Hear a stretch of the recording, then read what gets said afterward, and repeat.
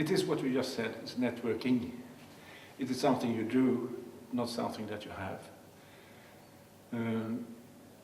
Networking is a means of communication between independent organizations or individuals to share experiences, to mobilize support for this or that, to learn from each other. It's believed to be a cheap and straightforward mechanism for people who are interested in the same issue. They share their experiences and maybe they all gain from it.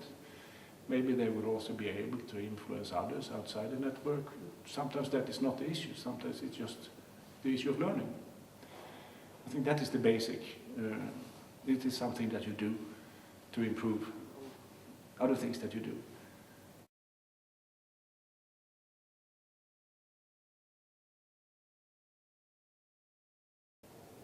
It depends on which organization, how big it is and so, but many are working, they're small, and maybe they rely on voluntary work, at least for a large part. They have a limited experience and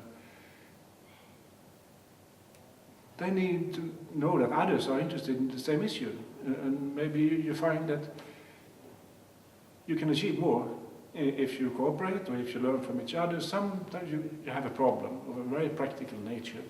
It can be with the topic of the organization, or it can be with running an organization as such. You have the issue of influence, democracy, of financial issues, auditing, and then you need to learn from others. Everybody cannot invent the wheel, and if they can, it's a waste of time to do it. So one thing is to be better in running an organization, and then whether this organization deals with children or adult education, health aspects, environmental issues, then you can also network on such issues when you have two things. One is to improve the organization and to networking, and the other is to be good at the other things that you do. And it should be a very uncontroversial thing, and that all those who find it worthwhile will gain from it, and those who do not think that there is anything new to learn, well, they will not contribute to the network. But the essence is that you share what you have, even if you think it's not so important. You share your experiences, your opinions. You have to contribute to a network. You cannot just tap it on information and regard it for yourself. That will be of little benefit, and others will not communicate with you if you don't give anything in return.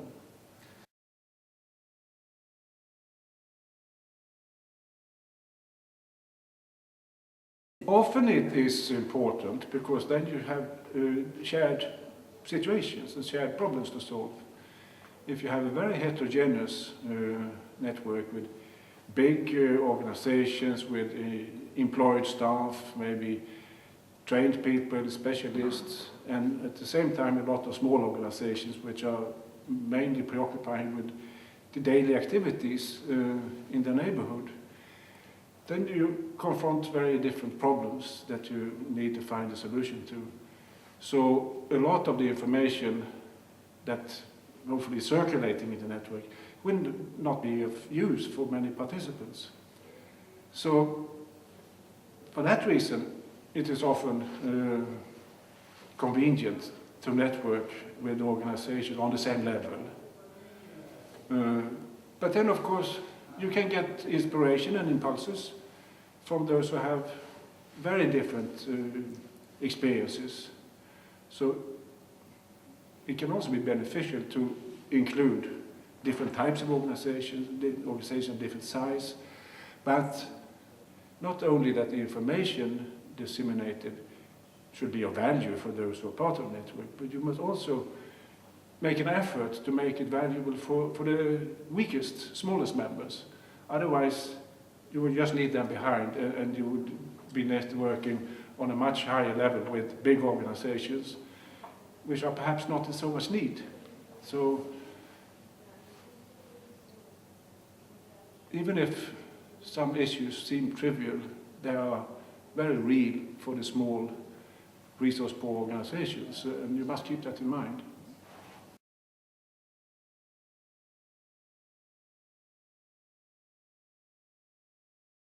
It depends on the people involved and the organizations involved, but there is always a threat. A very small network, everybody can be part of it, there's no problem. They probably know each other personally. If a network grows, then the distances, the geographical distances between participants increases, and there's more information disseminated.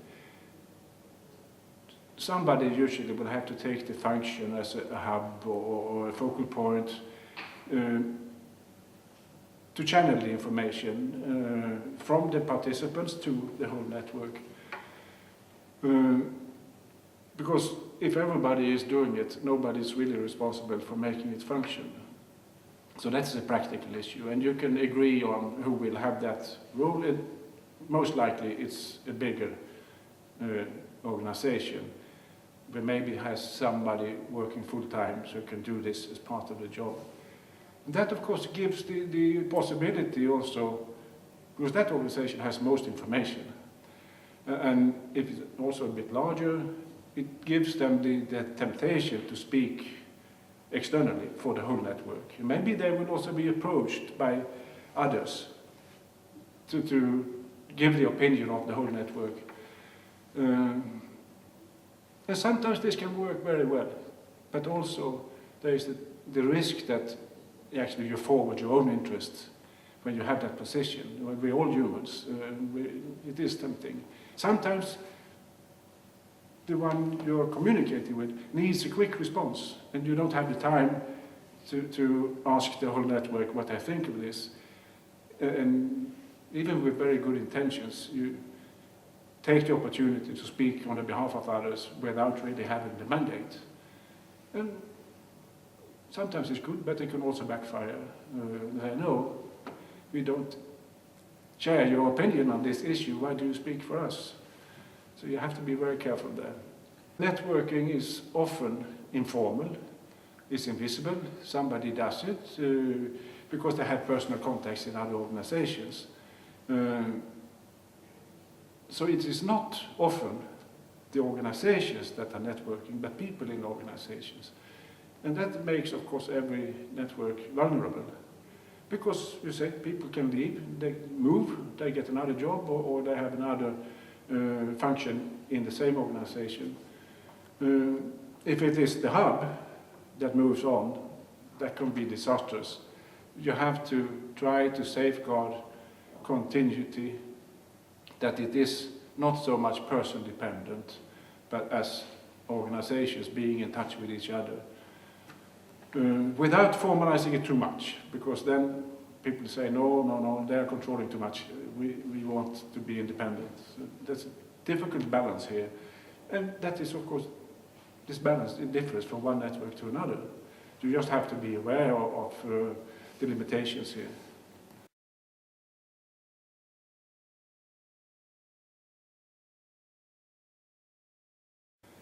It can be, but money always corrupts.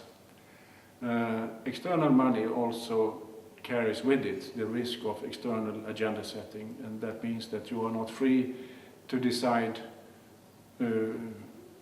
your activities or to prioritize among alternatives. And then it's not your organization any longer. Either it will be extension of the European Union, or it's the government that provides money, and they, of course, will be trying to set the agenda. And now with this platform, you have also a lot of prescriptions of what you should achieve. You can say, that is not your choice what you want to achieve. And you have to fight for your independence and make sure that it is your network. Thank you, government, you give us the opportunity, we regard it as seed money, but still, we are something else. We are non-governmental. That doesn't mean that we are in opposition, but we are another part of society. And that you have to be sure that you preserve your independence. Also from other bigger NGOs outside, they have the same ambition to support you, but also they want to steer your activities to some extent.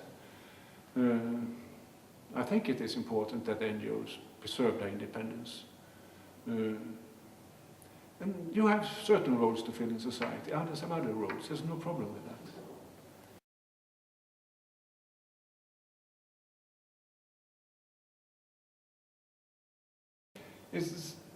Somebody said here today that networking is about helping the participants in the network to improve what they're already doing. That's it. And then the network can be very effective, but if you use a network to acquire external funding, then there's a totally different orientation. Well, the economy is always a problem for everybody. But you have to make a choice here. What is it? Why did you really join this organization to begin with? Is it still worth doing? Then, if necessary, you do it without that money. If the money is not a big threat, then you can accept it.